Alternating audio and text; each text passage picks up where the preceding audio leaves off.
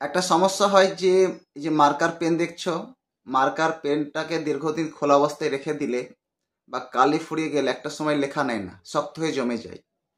তো এই সমস্যাটা অনেক টিচারই ফিল করে বা অনেকেই জানে যে এই সমস্যা দূর অনেক সময় করা করা যায় না, ফেলে দিতে হয়। তো সহজে কিভাবে সমাধান করবে তোমাদের একটু বলে দিই, যারা করছেন বা করছো সবার জন্য বলছি। অনেকে কি করে, অ্যালকোহল কিনে নেয়, অ্যালকোহল কিনে নিয়ে এই এই যে টপটাকে একটু ডুবিয়ে রাখে কিছুক্ষণ, তারপর আবার লিখতে শুরু করলে আবার লেখা নিয়ে নেয়। সবসময় তো অ্যালকোহল কেনা সম্ভব নয়। আমাদের প্রসেসটা কি, প্রসেসটা বলে দিই। প্রথমে আমি ক্যাপটাকে খুলে নিলাম। খোলার পর কি করব, এই যে খুলে নিয়েছি তো, খোলার পর এই যে অংশটাকে বললাম প্রেস করলাম, বার করে নিলাম।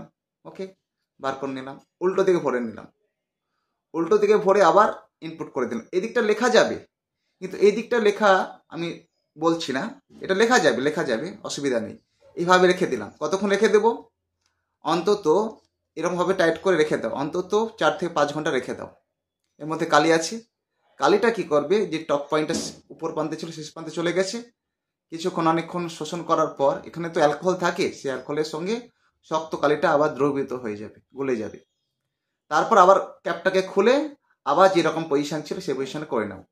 এবার লিখতে শুরু করলে দিব্যি লেখা নেবে। এই টিকটা ফলো করো, দেখো আবার খুলে নাও, আবার খুলে নিয়ে আবার করে দাও, তাহলে দিব্যি আবার লেখা যাবে। ওকে, আবার খুলে নিয়ে করে দাও, আবার লেখা যাবে। এটা ফলো করো, দেখো সবার সমাধান হয়ে যাবে।